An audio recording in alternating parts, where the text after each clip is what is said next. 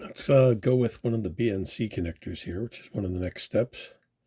And one thing when you're dealing with the BNCs and other large connectors like this is these things are heat sinks.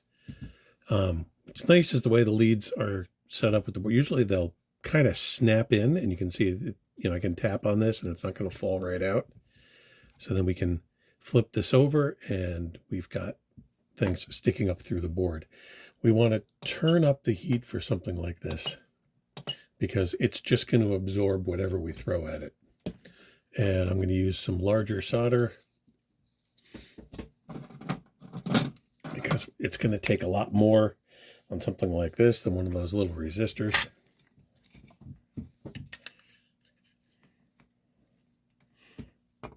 All right, so I'm going to put the wedge tip on here and I'm going to hold it for a little bit.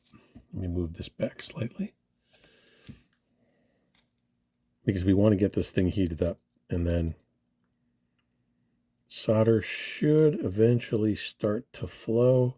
We want to get enough on here to flow through the whole pad and cover the hole.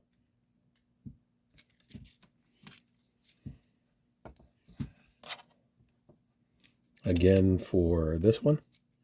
So soldering iron in place. Wait a few seconds. Solder right at that corner there. So it's the lead, the pad, and the soldering iron that you're touching. And again, you got that nice blister of solder around the contact of the lead coming from the BNC connector. This one, we rotate a little bit to come in from this angle. So I'm using flat edge of the wedge tip, which is going to get you a lot more heat. And then you'll notice again, I'm going right to this corner here where I'm touching the pad, the lead, and the soldering iron tip. Usually once it's flowing a little bit, everything will heat up nice and you can pull the soldering iron. Now, don't forget the center pin.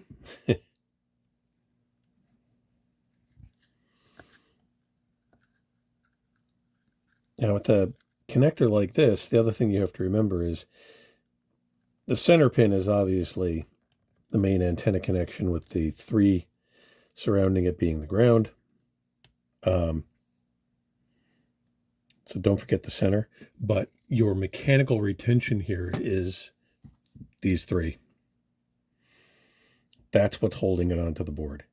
And you'll get a pretty strong mechanical retention here. And what I mean is, any of you have ever broken off a connector before, this is on there pretty good. And while I'm flexing it here with my fingers, I'll also tell you it's still pretty hot. But take a look at it, end on, make sure it looks pretty flat, straight to the board, which it is, because they can pop a little bit when you're trying to solder. This one's 99.9% perfect. So there's our BNC connector.